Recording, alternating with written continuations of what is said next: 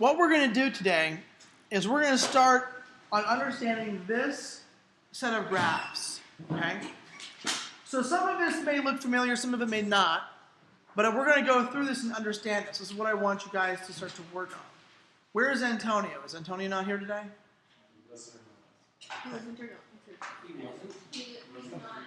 All right. So everybody, if you look up here, guys, this looks like a mass of random stuff, but there's some structure and organization. So let me explain the structure and organization. Pay attention to this. I have 3 rows and 3 columns of graphs. Okay?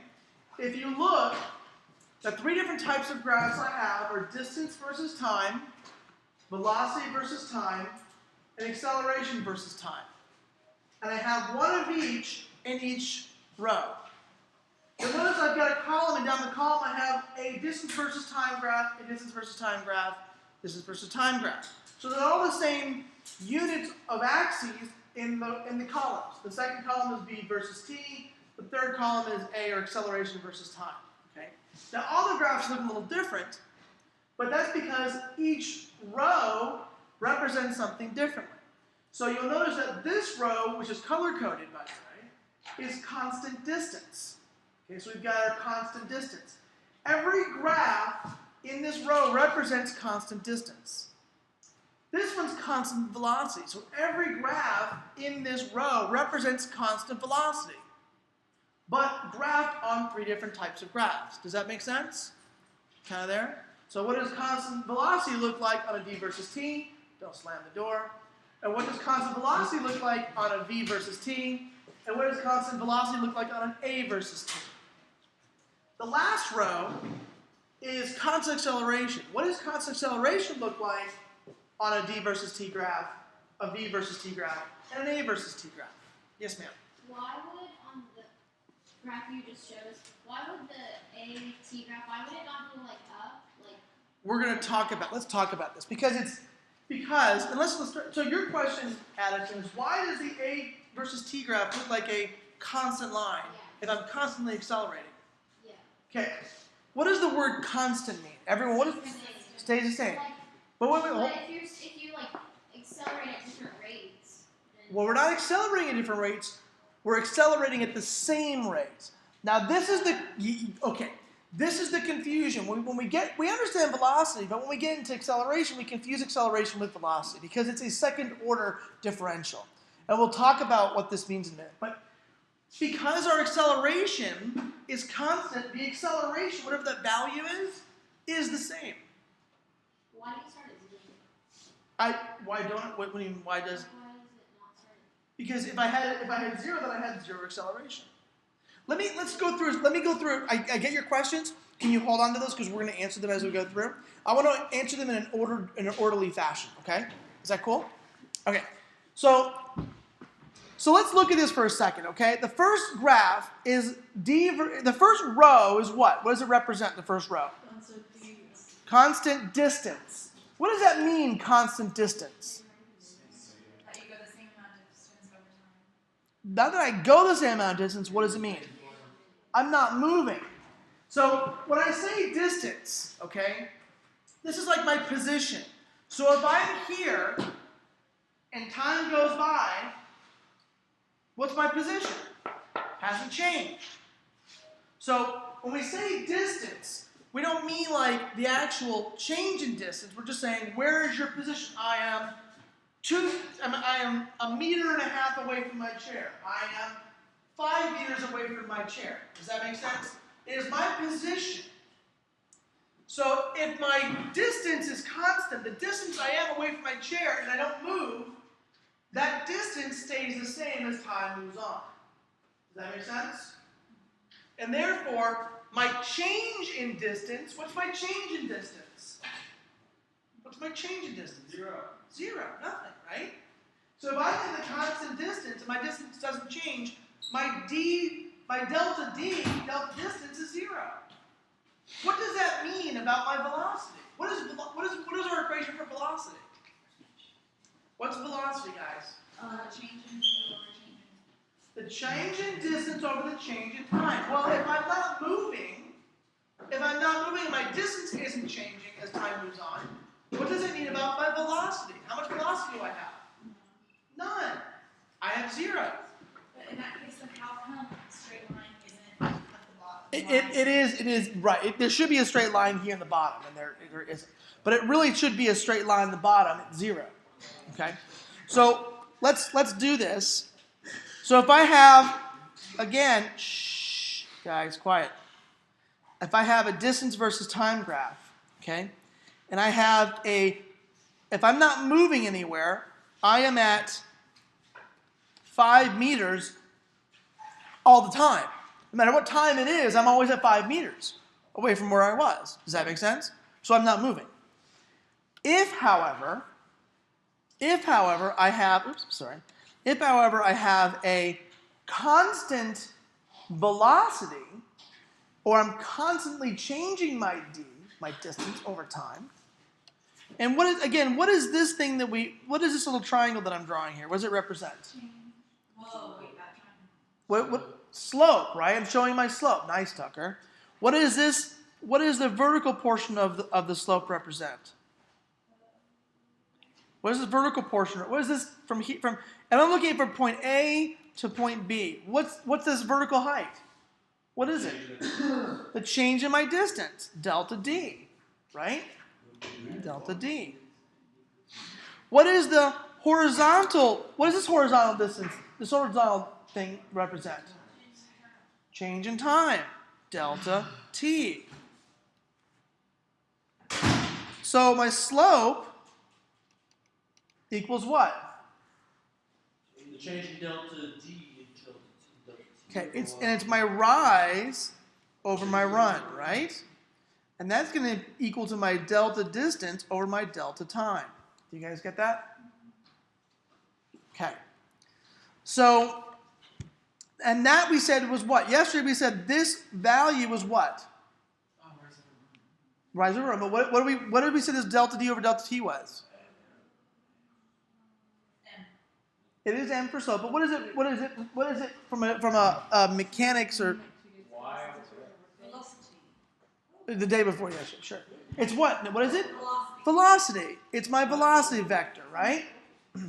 The change in distance over change in time is my velocity, right? And the change in distance, what's a general unit for my change in distance? Meters. And what's my general unit for change in time? Seconds. So we have a meter per second for my velocity, right? Distance and time, we have a slope. And why do what does this red line represent? What kind of motion does it represent? Constant what? Velocity. Constant velocity. Someone other than Enrico. Why?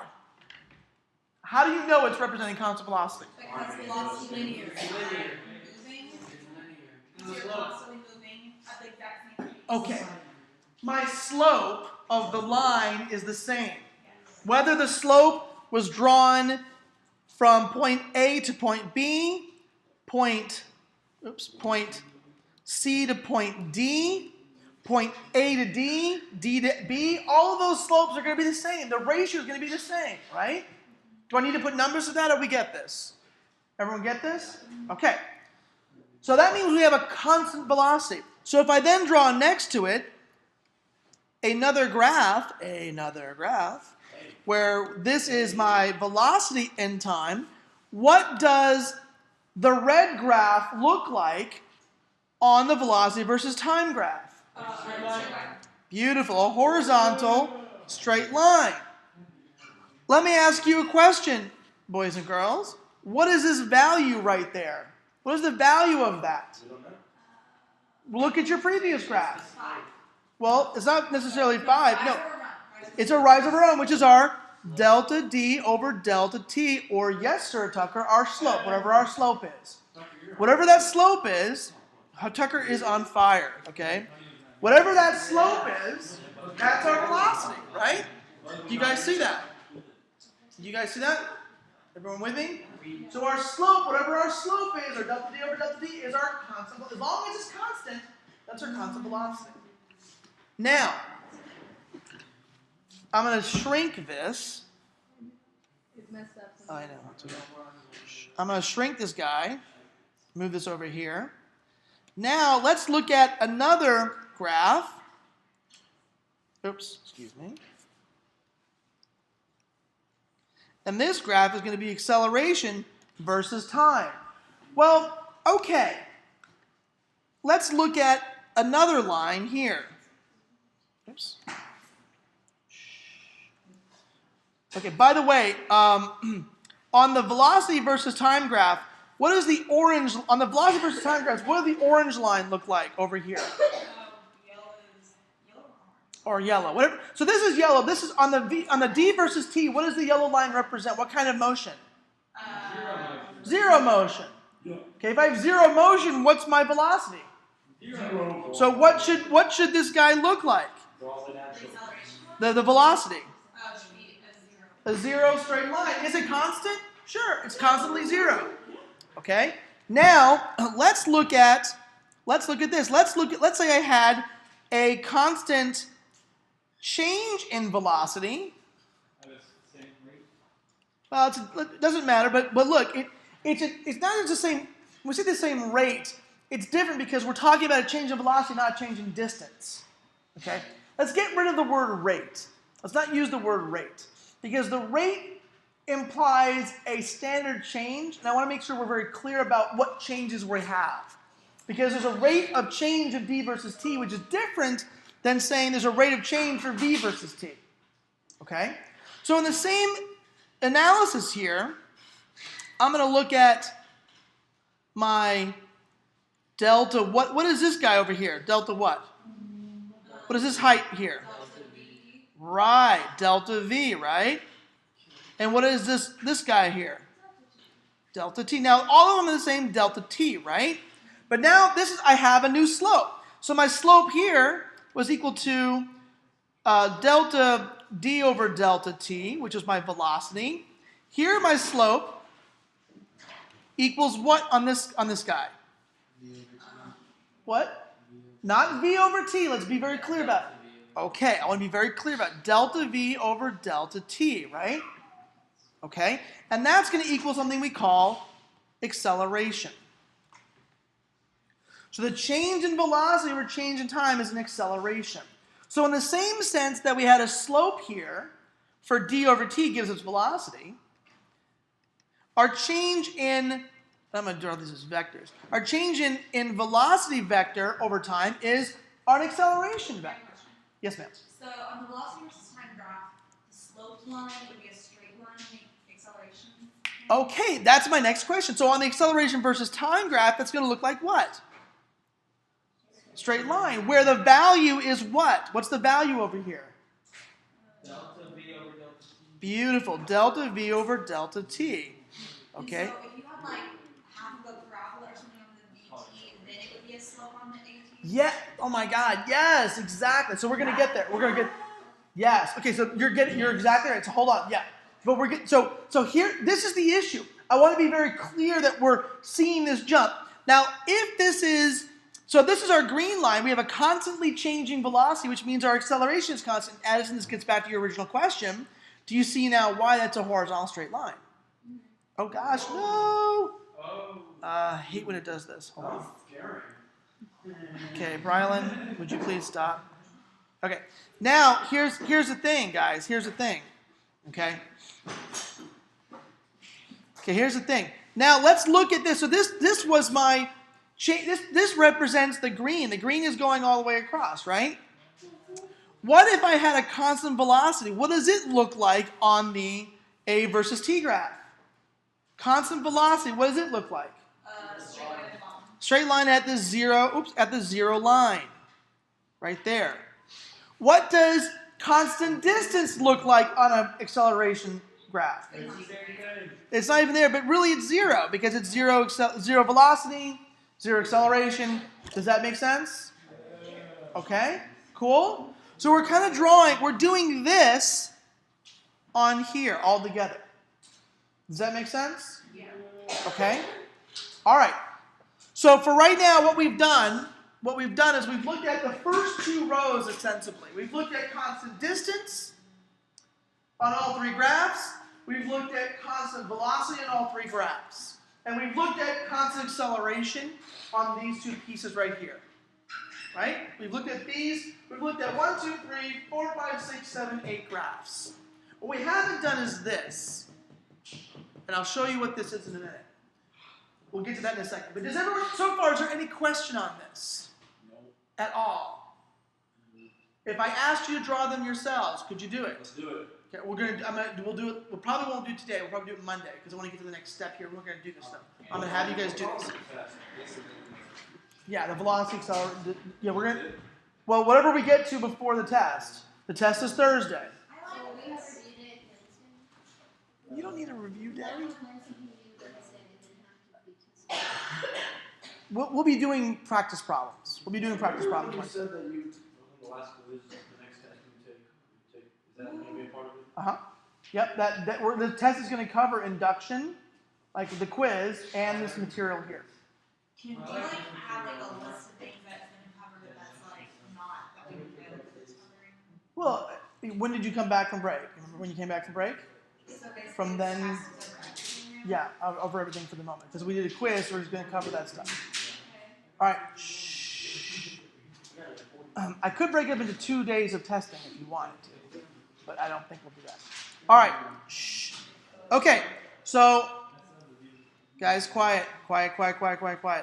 Okay, so here this is, right? We understand this part. Okay, I'm going to start again. Okay, I'm going to look at we're going to look at this for a second. Okay, let's assume, let's say I have a velocity versus time graph. Okay, you ready? If I have a constant velocity, what does the graph look like? On a velocity versus time, a constant velocity looks like a straight line over. Okay? Now, let's say that I'm going to go at, let's say I'm going to do 10 meters per second. That's my velocity, 10 meters per second. And I'm going to do that from 0 seconds to 10 seconds. Okay? So I'm going 10 meters a second. And let me ask you a question. Let's say after 1 second, I'm going 10 meters a second. After 1 second, how far have I gone? 1 meter. After 2 seconds, how far have I gone? 2 meters. After 10 seconds, how far have I gone? At 10 meters a second? No, let me go. If I go 1 second, 10 meters a second, I've gone 10 meters. At 2 seconds, how many meters have I gone? 20. I'm sorry. 2 seconds, we've gone 20 meters. After 10 seconds, how far have we gone? 100 meters. Now, how did you do that? Mathematically, how did you do that?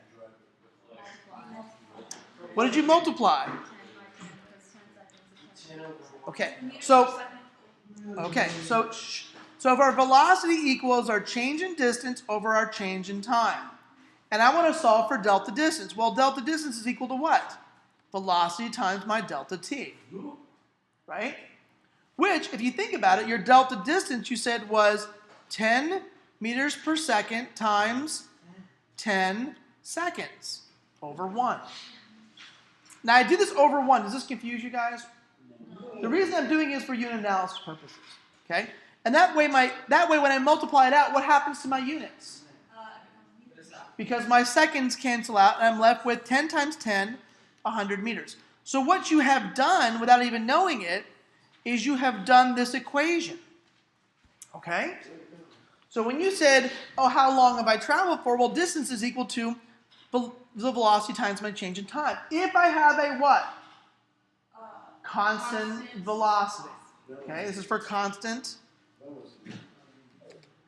velocity. Okay, does that make sense? All right, now let's look at this. Let's look at the graph, because there's some interesting graphical stuff going on here. Let me ask you a question. I have a constant velocity, which means I have a horizontal line, and I'm going to stop at a certain time, 10 seconds. What shape did I create? A square or a rectangle. How do I figure out the area of that rectangle? You multiply it. You technically do the slopes, technically. Well, not really. Length. Wait, so that's division. You Yeah. multiply them. Okay, this is the area. What am I multiplying? How do I get the area of the rectangle? Base times height, right? Well, what's my height? It's my 10 meters a second. So my delta distance is equal to my 10 meters a second times that's my height, right? So my area is equal to height times my base. What's my base? What's my base length? 10 seconds, right? And look at that. So what I've really done is I've said that the area inside this space is a delta distance. Wait, how'd you know the height? The height is from here to here, right? The height of the rectangle is 10 meters a second. And then what's the base? The base is from 0 to 10 seconds. So it's 10. 10 times 10. 10 times 10. You guys see that? So really the area under the circle, under this, on a v versus t graph, on a velocity versus time graph with constant velocity, or actually with anything, the area under this graph is my distance that I've traveled. And I've traveled it because I've gone for constant velocity, okay, I have gone this velocity times my time. Does that make sense? Okay.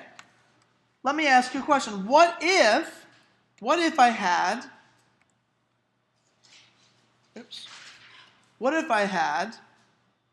the same v versus t graph, but what if this time I didn't do a constant velocity, I had a constant acceleration?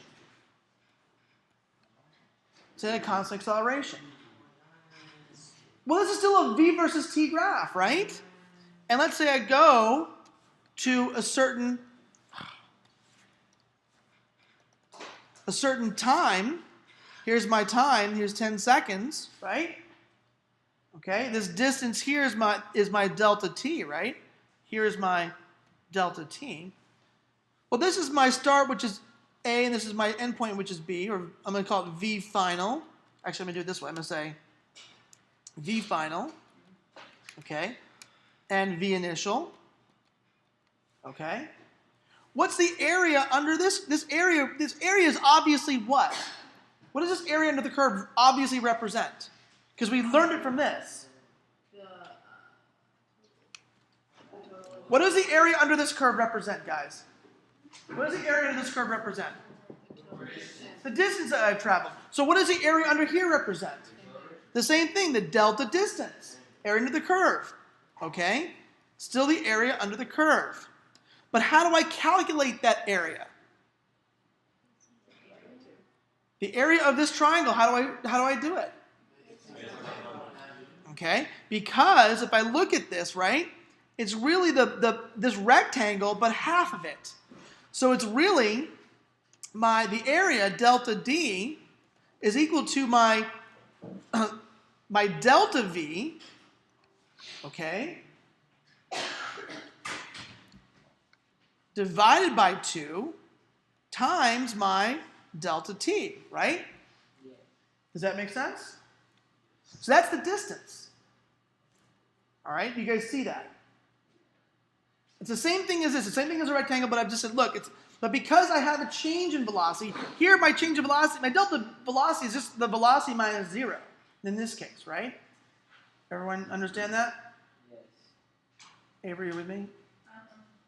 I see you scanning, so I'm just checking. Okay. What's your question in your head that you're thinking? Because I really want to know.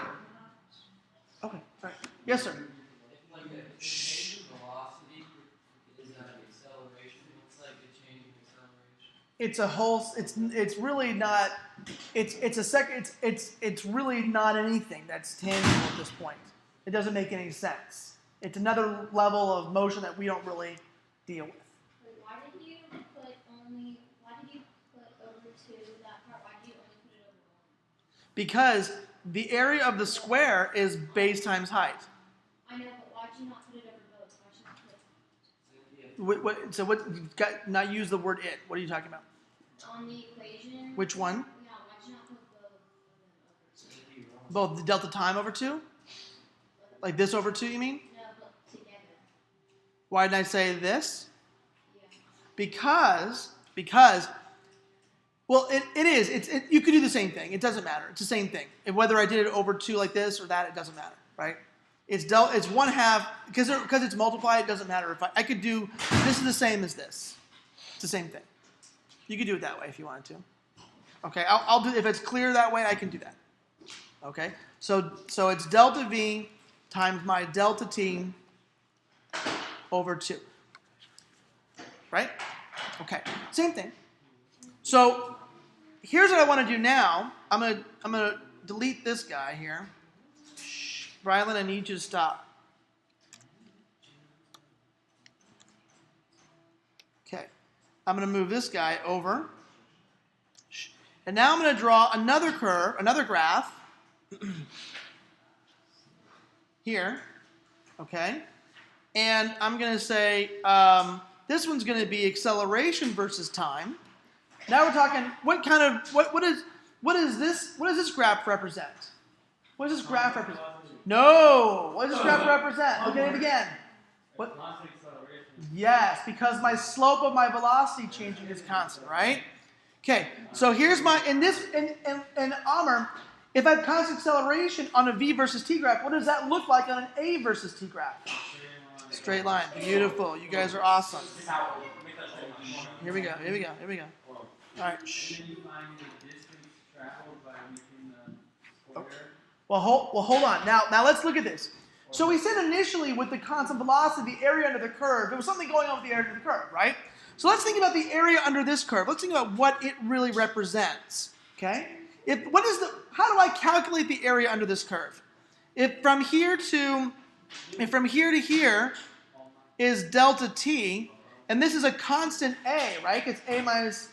What? Okay. What is the area of this rectangle, guys? Just give me the equation. What is it? Base times height. So what is it? What's my base? Delta t times what? Delta a, but a still goes to 0, so it's a. And you'll see why I'm doing it this way, right? So, and I know, guys, that a equals what? Normally a equals what? Delta what over delta what? Okay. So delta t times a must equal what? Beautiful, delta v. You see that? So the area under this curve must be what? The change in velocity. I know, isn't it weird? Now watch this. Here's the thing. What if I wanted to know the amount of distance that I traveled while I had constant acceleration? Well, look, we've got this guy. Then you multiply the delta v by the delta Well, v. yeah. So we can plug this into here. We've got an equation of both of these graphs represent what? Constant what? This is a constant what? And what is this? Constant acceleration. Does everyone see that? They're the same graph. These equations are true for the same graph. So if this is my distance equation for constant acceleration, this is my velocity equation for constant acceleration, couldn't I plug this into delta v? And that's going to give me delta d equals delta t times a times delta t over 2. And if I simplify that, my delta distance is 1/2 a delta t squared.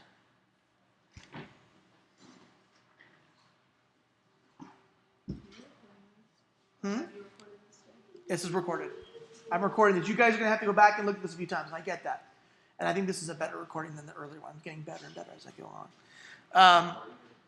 Okay. Shh. I'm sorry? Yes, we can hear you.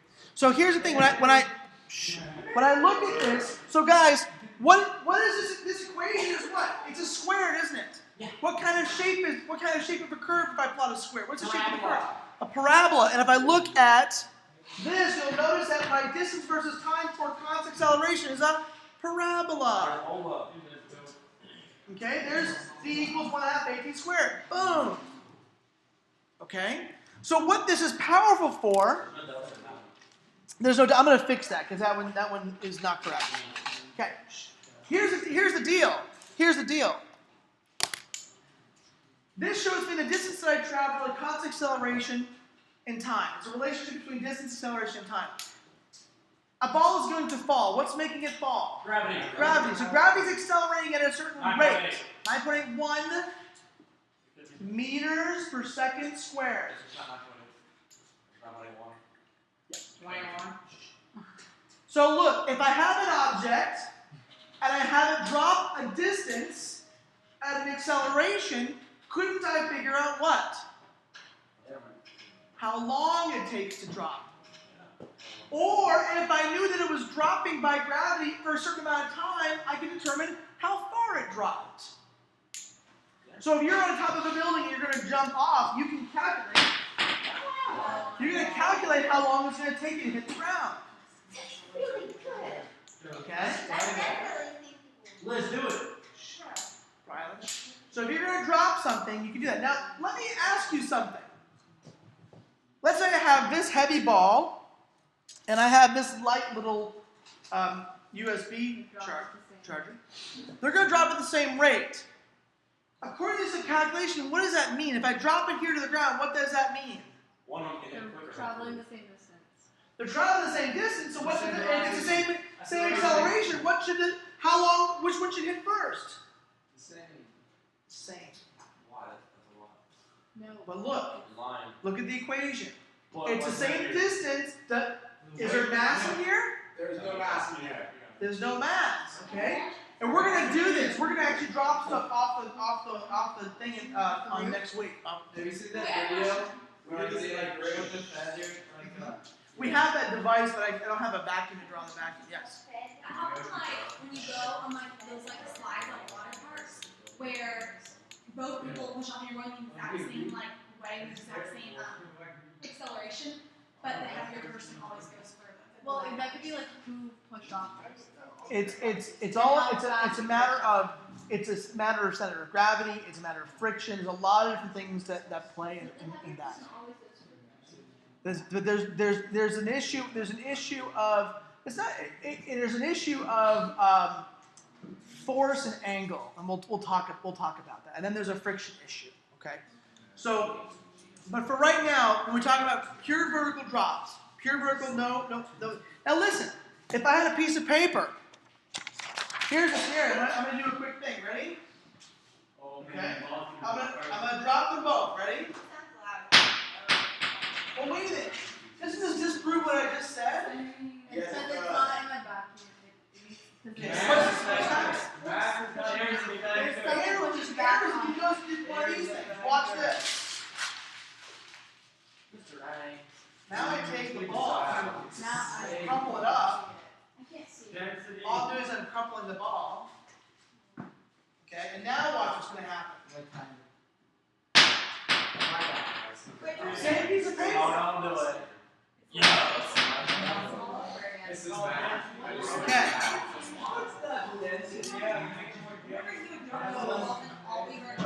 Alright, here's a brain buster. Here's a brain buster. Don't drop it. That'll crack. Don't drop it. It'll crack. We're gonna do it outside. We're gonna do it outside. We will drop that outside on the. We'll drop it outside on the dirt. What will crack? This will No, crack? no, we're gonna drop that ball What will outside. crack? All crack? If you hit the concrete, yes. What will crack?